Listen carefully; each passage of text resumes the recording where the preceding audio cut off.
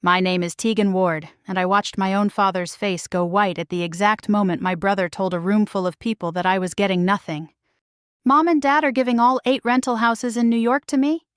Brent announced, his voice carrying the kind of confidence that makes other folks nod along before they've even heard the full sentence. He lifted his chin like he'd already won. Too bad you're getting nothing. For one long heartbeat, the office stayed silent, like the air itself had to decide whose side it was on. Then the cheering started. Not clapping the polite way people do at church socials. Real cheering. Hoops. That's right. My Aunt Marlene actually laughed, a sharp little sound that made my skin prickle.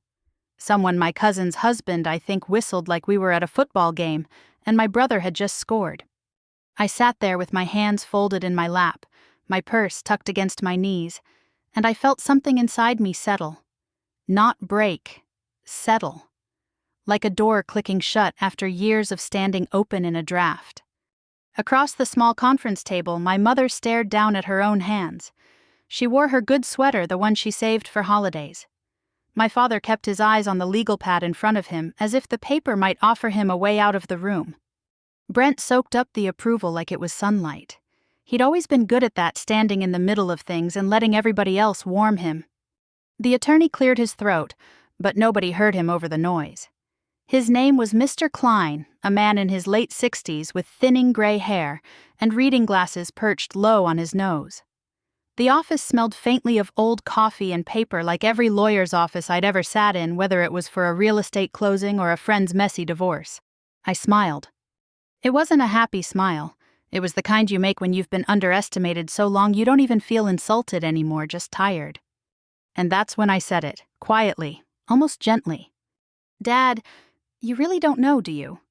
The cheering slowed like someone had turned down the volume. Mr. Klein looked up sharply.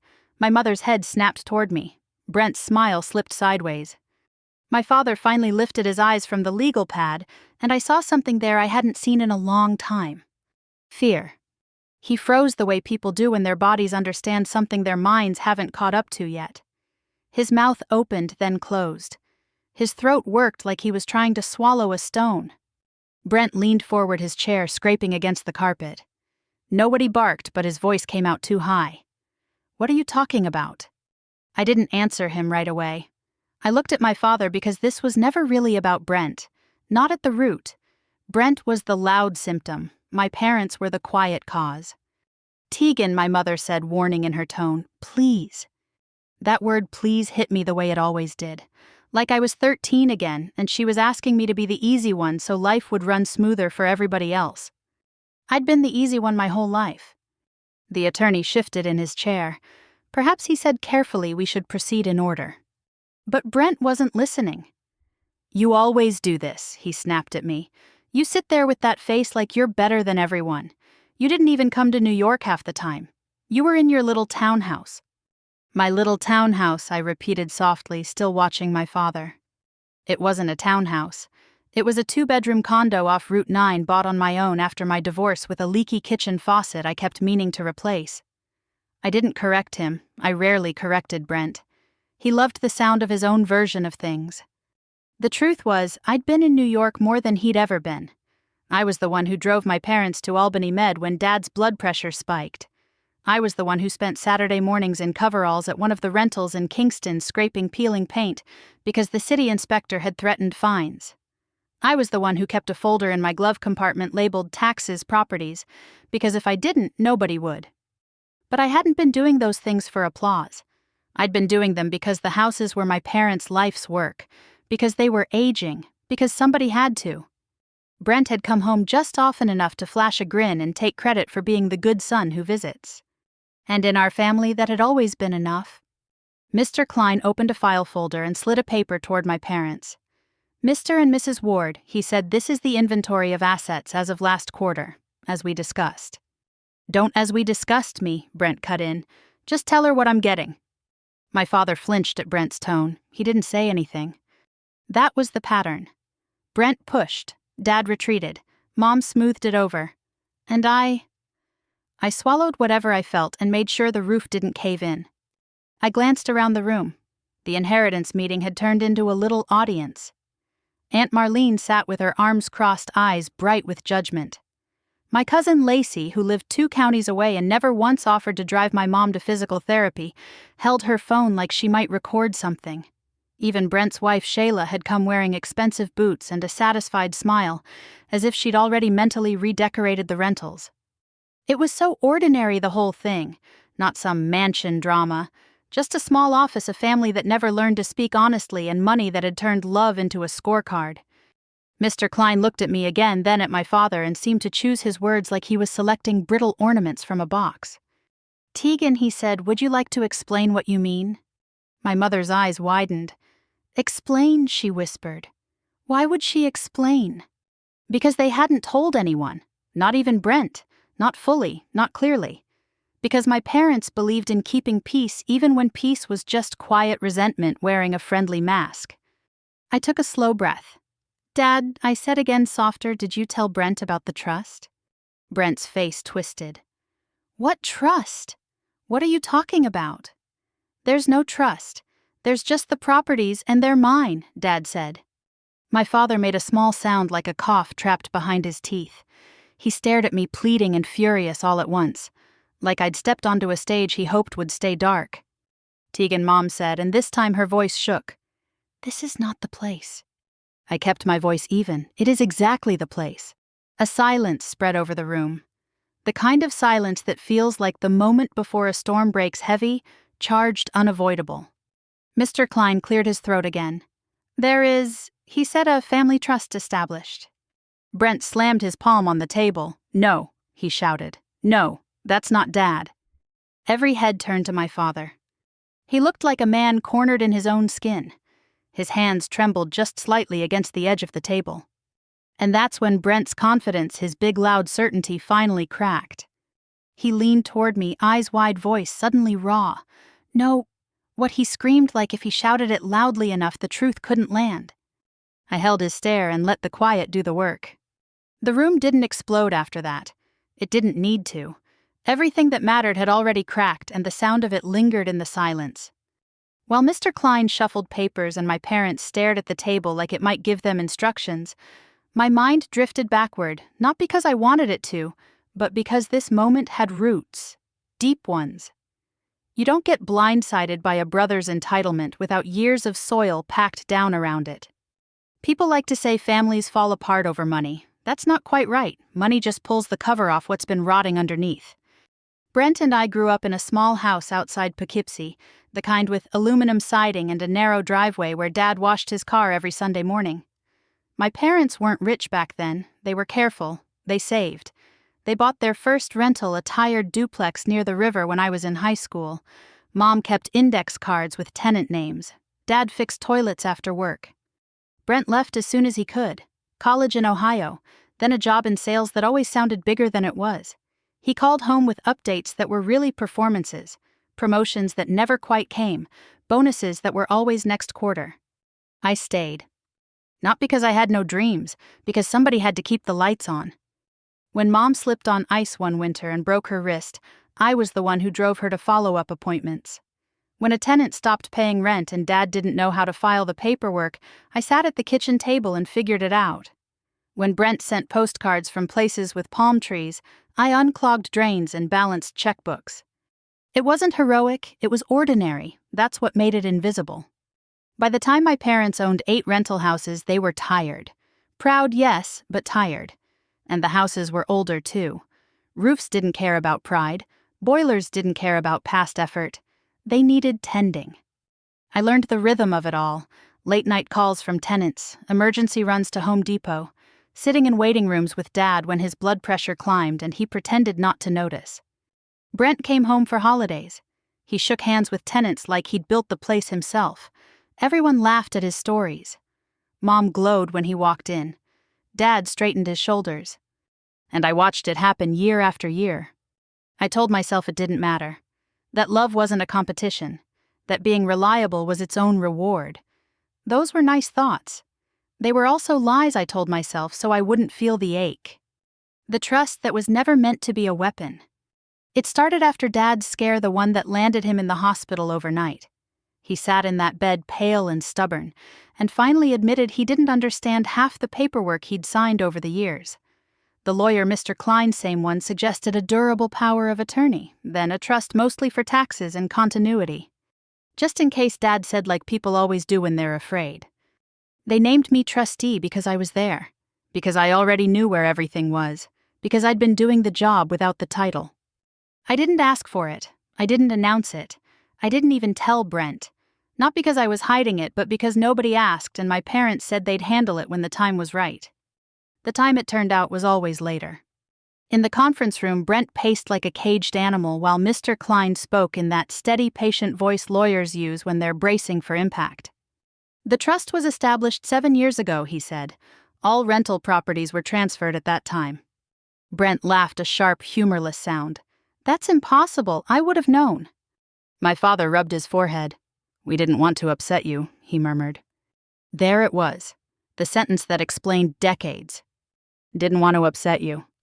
Upsetting Brent had always been the family's North Star, something to be avoided at all costs. And so conversations got postponed. Decisions got softened. Truth got bent. Until it snapped. You let her control everything, Brent shouted, pointing at me, while I was out there working.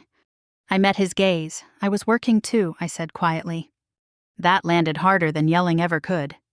I thought of the nights I'd driven home, exhausted, hands aching, wondering if I was foolish for staying. I thought of the way my mother would say, "You're such a help," like that was enough to fill a lifetime. Brent didn't see any of that. He saw headlines, ownership, applause. Mr. Klein slid another document across the table. The trust's purpose, he said, is to ensure your parents' care and to distribute remaining assets equitably, taking into account contributions. Equitably, Brent repeated, sneering. That's lawyer talk. No, Mr. Klein said gently, it's reality. My mother finally spoke. We love you both, she said, tears welling. We didn't know how to say it without someone getting hurt. I almost laughed at that. Almost. Because someone always gets hurt when you choose silence over honesty. It just takes longer. Brent stopped pacing. His shoulders sagged just a fraction. For the first time, he looked less like a winner robbed and more like a man realizing he'd built his expectations on stories he'd told himself.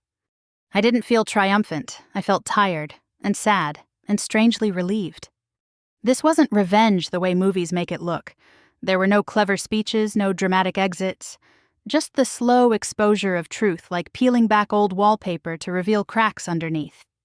The meeting adjourned without resolution. Nobody hugged, nobody stormed out. We all just gathered our coats like people leaving a funeral they hadn't planned for. As I walked to my car, I knew one thing with absolute clarity: this wasn't over. Not legally, not emotionally. But the years my family had forgotten, the quiet ones, the uncelebrated ones, had finally found their voice. We met again 2 weeks later, same office, same coffee smell, but a different weight in the air. The cheering relatives were gone this time. No audience, just the people who actually had something at stake. Mr. Klein sat straighter, his tone more deliberate. He'd had time to prepare, and so had I. Brent arrived late. He always did when he felt cornered. His confidence was quieter now, folded into tight movements and forced smiles. He nodded at our parents, but didn't look at me. My father looked older than he had 2 weeks earlier, not weaker, just stripped of illusion. When you spend a lifetime smoothing things over, truth ages you fast. Mr. Klein began by laying out documents one by one like stepping stones across a river. The trust, he said, tapping the folder, was created primarily to protect the properties and ensure continuity of care. It also limits impulsive transfers that could jeopardize long-term stability. Brent scoffed. You mean limits me? No, I said before I could stop myself. Then I softened my tone. It limits everyone. Mr. Klein nodded. Correct, including the trustee. That word hung between us. Trustee. Brent finally looked at me. You, he said, you're the trustee. I didn't answer right away. I remembered the day my parents signed those papers. Dad's hands shook. Mom cried. I told them we could stop at any time. That this wasn't about control. It was about care. Yes, I said finally, I am. The explosion Brent had promised himself never came. Instead, he sank back into his chair, palms pressed against his thighs like he needed to ground himself. So that's what I didn't know, he muttered, all this time. All this time, I echoed, though I meant something different. Mr. Klein continued, voice calm, factual. The properties were transferred into the trust 7 years ago. Title changes were recorded. Taxes filed accordingly. Brent shook his head slowly. Dad, he said, why wouldn't you tell me? My father's voice cracked. Every time we tried, you were busy, or angry, or already decided how things would be. Silence followed that. Not the tense kind, just heavy. Mr. Klein turned a page. The trust includes provisions that account for caregiving contributions. That includes time, labor, and financial management. Brent laughed weakly. So she gets rewarded for sticking around. No, my mother said, suddenly surprising all of us. She gets recognized. I felt something shift in my chest at that word. Recognized. It wasn't triumph. It was acknowledgement long overdue. Brent looked at me again, really looked this time. Not as competition. Not as an obstacle. As a person he hadn't bothered to understand. You never said anything, he said. I did, I replied, just not loudly. Mr. Klein closed the folder. This isn't about punishment, he said. It's about protection and fairness. Brent rubbed his face with both hands. When he dropped them, his eyes were wet. I thought inheritance was love, he said quietly. My father reached across the table but stopped short. Love is what we did wrong, he said. We loved you differently, instead of honestly. Nobody spoke after that. Outside, snow dusted the sidewalks. Real New York winter gray, unromantic, honest.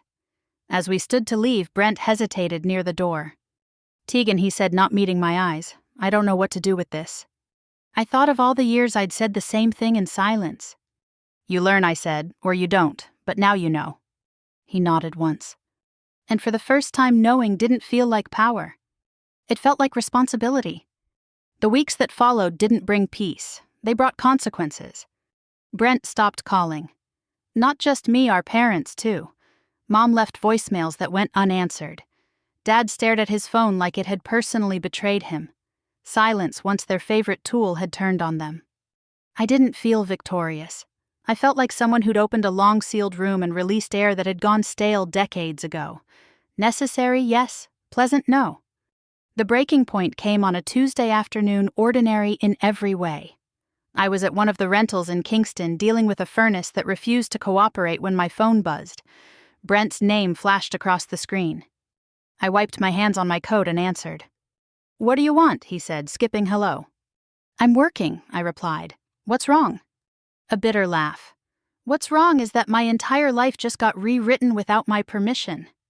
I leaned against the cold basement wall, listening to the hum of the furnace. You were never part of the writing, I said. You just assumed you'd get the ending you wanted. He sucked in a breath. You think you're better than me. No, I said. I think I stayed. That stopped him. I worked, he snapped. I built something. So did I said evenly. I just didn't leave town to do it. He hung up. That night, Dad called me. His voice sounded small. He's coming tomorrow, he said. He wants to talk. All of us. The house smelled like stew when I arrived the next evening. Mom's version of peace offering. Brent was already there, standing by the window like he was waiting for a verdict. We sat at the kitchen table where so many quiet decisions had been made without words. This time, there would be no avoiding them. I didn't steal anything, Brent began, eyes locked on me. You did. You took advantage. I felt heat rise in my chest, but kept my voice steady. I didn't take advantage. I took responsibility. That's your version. It's the documented one, I replied. Mom flinched. Please. No, Brent said sharply. No more please. I want to understand how I became the fool. Dad folded his hands. You weren't a fool, he said. You just weren't here.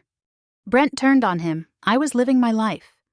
And I was watching it fall apart. Dad shot back, surprising even himself. The room went still. I had never heard my father raise his voice at Brent. Ever. Dad continued slower now. Every time something broke, Tegan fixed it. Every time we were scared, she showed up. And every time we thought about telling you the truth, we didn't. Brent's face twisted. Because you thought I couldn't handle it. Because we thought you'd leave again, Mom whispered. That landed harder than anything else. Brent sank into his chair. For the first time, his anger looked exhausted. I thought you loved me more, he said. Mom reached for his hand. "We loved you louder," she said. "That was our mistake." I watched my brother crumble, not dramatically, not neatly. Just a man realizing that applause had masked absence, and absence had cost him more than money. "I don't want to lose everything," he said quietly. "You're not," I replied. "You're losing control. There's a difference."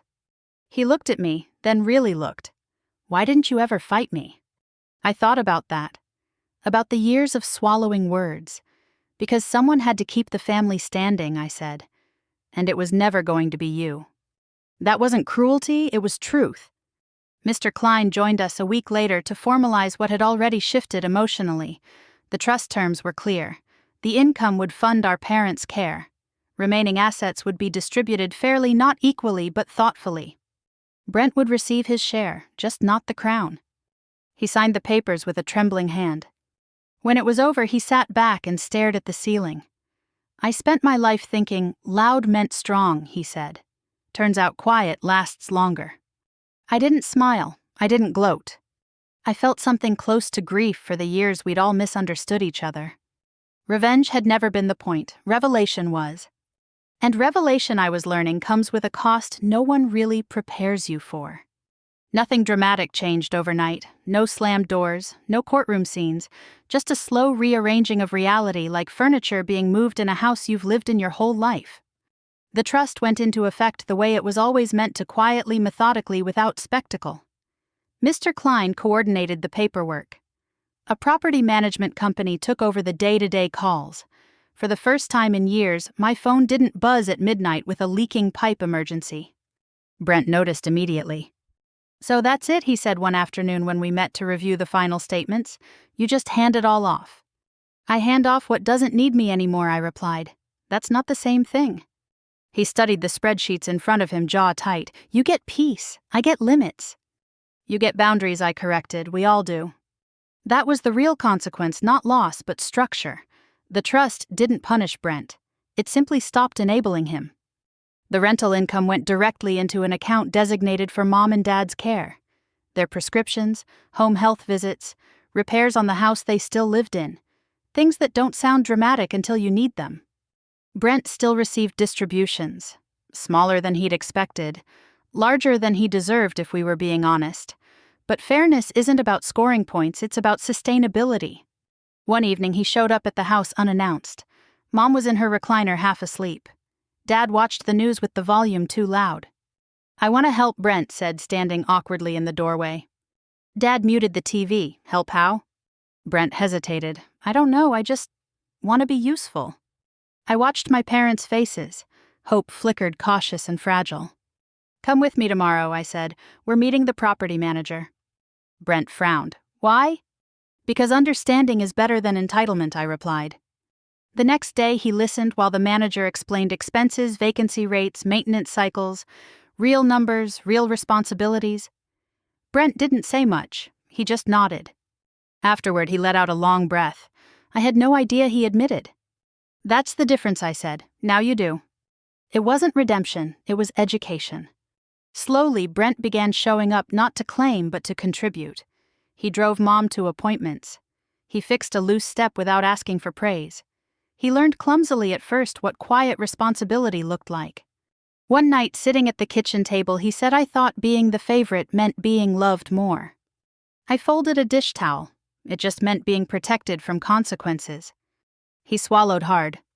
The trust had done what my parents never could. It forced honesty. And in that honesty, something unexpected happened. We all softened. Brent didn't become humble overnight. I didn't become forgiving overnight. But we stopped competing for a love that had never been scarce, only poorly managed. The properties continued to exist. The money continued to flow. But the real inheritance, the lesson, finally reached the person it was always meant for. Sometimes justice isn't about taking something away. It's about taking away the illusion. Reconciliation didn't arrive with an apology. It came in fragments. It came the first time Brent called me instead of assuming. The second time he asked Dad how his day had been and actually waited for the answer. The third time Mom stopped hovering as if afraid one wrong word would send us all scattering again. We were learning a new way of being a family. and it felt awkward, like using your non-dominant hand to write. One evening in early spring, Brent and I found ourselves alone in the house. Mom had gone to bed early. Dad was out in the garage pretending to organize tools that hadn't moved in years. Brent sat at the kitchen table staring at a mug of coffee he wasn't drinking, the same table where he'd once announced his victory like a king. "I owe you an apology," he said finally. I didn't rush him. Older years teach you that silence can be generous. "I treated you like you were invisible," he continued. "And worse, like that meant you didn't matter." I felt the weight of those words settle. They didn't sting the way they would have years ago. They felt earned. "I let it happen," I said. "I thought keeping quiet was keeping peace." He nodded. "Turns out peace needs noise sometimes." We sat with that. I was afraid, he admitted. If I didn't act confident, no one would see me. I looked at my brother, not the loud one, not the favored one, but the tired man in front of me. "Confidence isn't volume," I said. "It's showing up when no one's clapping." He swallowed hard. The next morning, our parents called us both into the living room. Dad cleared his throat. "We failed you," he said, voice steady but heavy. "Both of you, in different ways." Mom took his hand. "We confused love with avoidance." I felt tears prick my eyes, not from anger but relief. Finally, the truth spoken out loud. "We can't undo the past," Dad said, "but we can stop repeating it." Brent reached across the coffee table. Tentative. I took his hand. It wasn't perfect, but it was real. From that point on, decisions were discussed, not assumed. Mistakes were named, not buried. The trust stayed in place, not as a reminder of division, but as a structure that kept us honest. We still disagreed, we always would, but we learned something older generations understand deeply. Family isn't about winning, it's about staying. And for the first time in a long while, we were all still there. Time has a way of sanding down the sharpest edges if you let it, not by erasing what happened, but by teaching you how to carry it without bleeding. A year passed. The rentals ran smoothly under professional management. Mom's health stabilized with regular care. Dad stopped pretending he could lift things he shouldn't.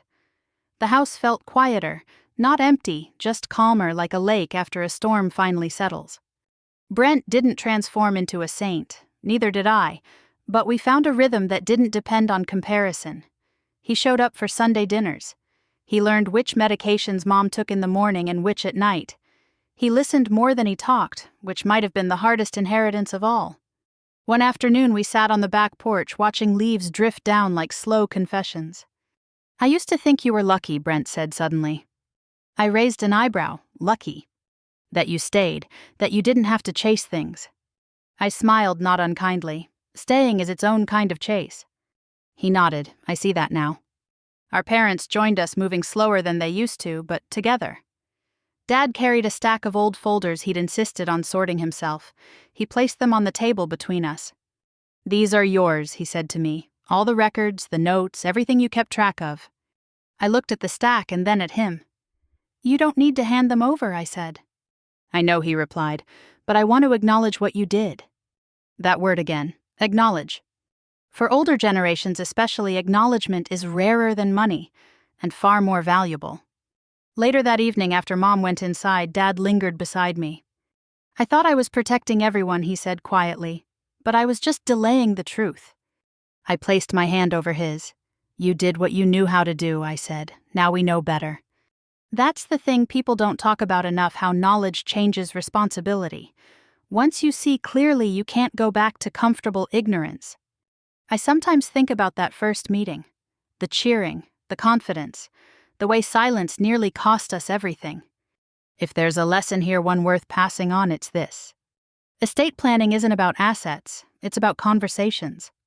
Trusts aren't about control, they're about clarity. And love isn't proven by what you're given, but by what you're willing to carry when no one's watching. We didn't end up with a perfect family. We ended up with an honest one, and that I've learned is rarer than any inheritance. If this story made you think about your own family, about the conversations you've been postponing, the truths you've been afraid to speak, don't wait for a breaking point to begin. Share your thoughts. Talk with someone you love. And if stories like this resonate with you, consider staying with us, reflecting with us, and subscribing for more voices that understand the weight of time, family, and second chances. Because sometimes the greatest legacy we leave behind isn't what we pass down. It's what we finally face together.